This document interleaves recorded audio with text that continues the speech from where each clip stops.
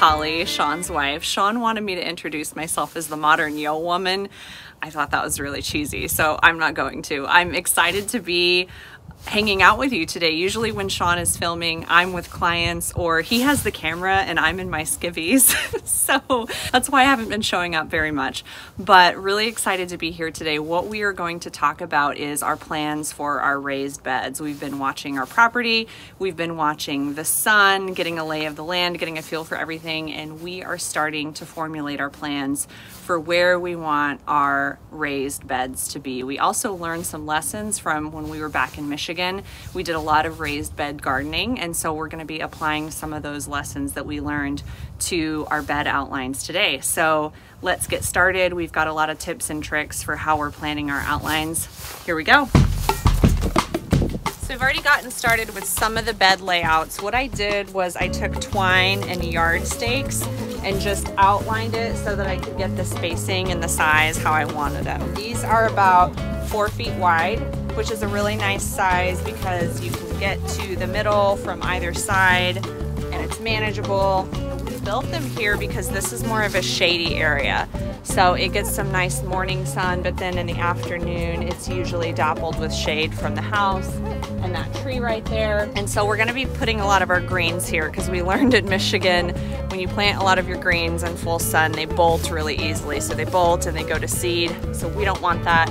So over here, we're planning to have a lot of collards, spinach, arugula, chard, cilantro, all those good greens. I'm getting excited just talking about it.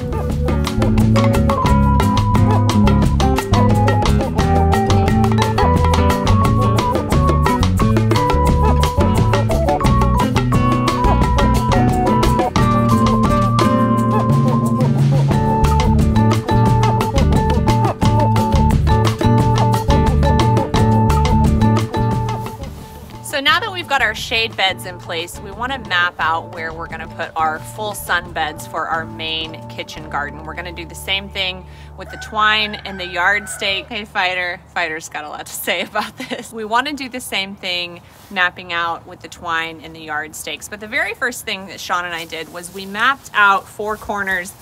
You can see with our Christmas ornaments right here. Very professional. Very professional. We have mapped out the 4 corners for the maximum width and length that we would ever want to expand our front kitchen garden to for the time being. It's about 32 feet by 28 feet or something like that. It's almost a square. It's about 32 by 32. Plenty big. But we don't want it that big initially. We want to get started with what we know we need, but we also want to give ourselves room to expand in the future. So this little Christmas ornament square that we have right now is the maximum we'd ever take it. And what we're going to do is we're going to start outlining some of our initial beds in the corner that's closest to the house, because that's going to be closest to the rain barrels, easiest to get to. But it's good to know that in the future, if we want to expand, this is going to give us plenty of room for garden tractors, animals, equipment. So start small, plan big. So we're just going to start by setting down outlines of where the raised beds are going to be here in this square, right? Yes. All right, let's go. Here we go.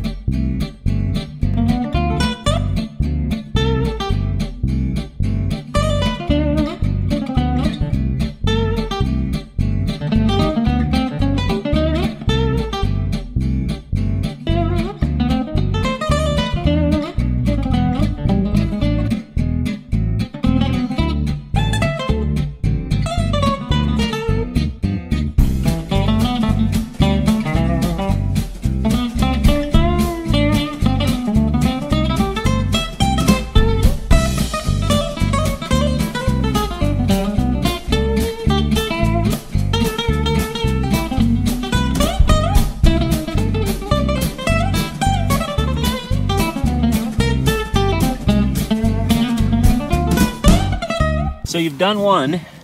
We've done one. Well, 4 technically. How many more today? Like 6? We'll see where the wind carries us. All right, let's do it.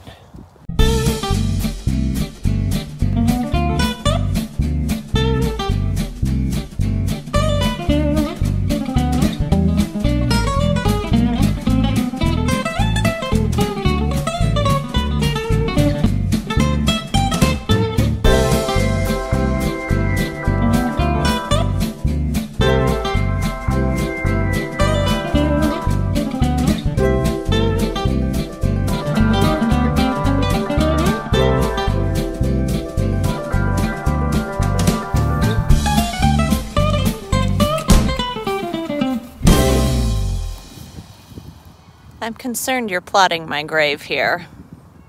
All right, so it feels good to say that we finished all of the outlines. It's really helpful to us for several reasons. Number one, it gives us a good visual reference so we know what space is being utilized. And number two, it gives me an idea of what I need to build in terms of the raised beds.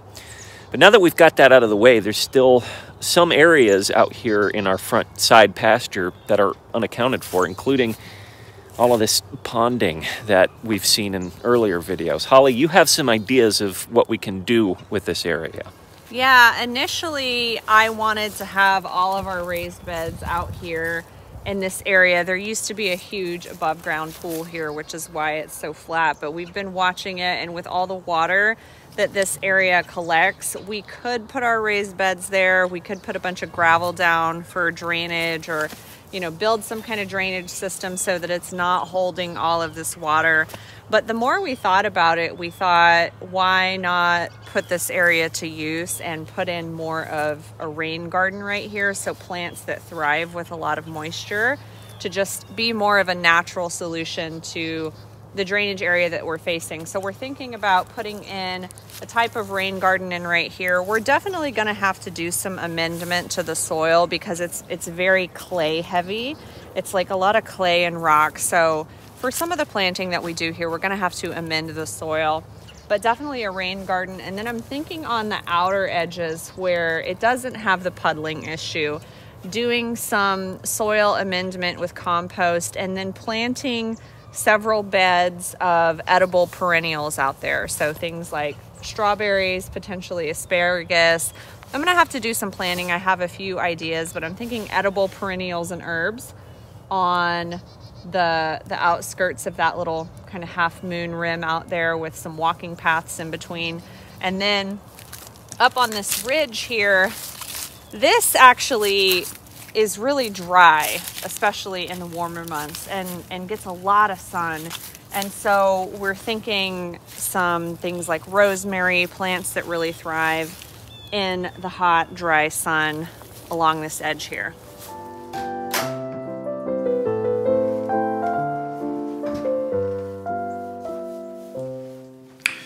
Well, it was a gloomy, kind of chilly Sunday afternoon here in early January, but already we're thinking about spring.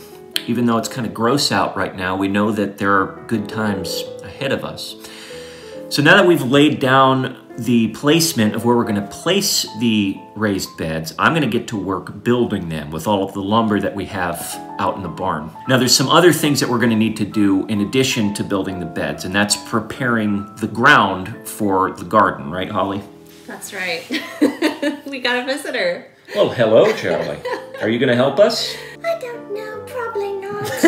So when we set the boxes down, we're gonna need to kill the grass in between the boxes, because our plan is to put mulch down in between the boxes to have little paths. So what we've done in the past is we've layered paper bags or lawn bags. It's a way to do it naturally without chemicals or weirdness. So we'll lay down those paper bags, put mulch over top, and have some nice pathways in between the beds and breathing area between the beds, because you want to give the plants breathing areas. So, well, I for one can't wait for spring, and I can't wait to start growing our own produce. So thanks for hanging out with us today, guys, and until next time, keep warm.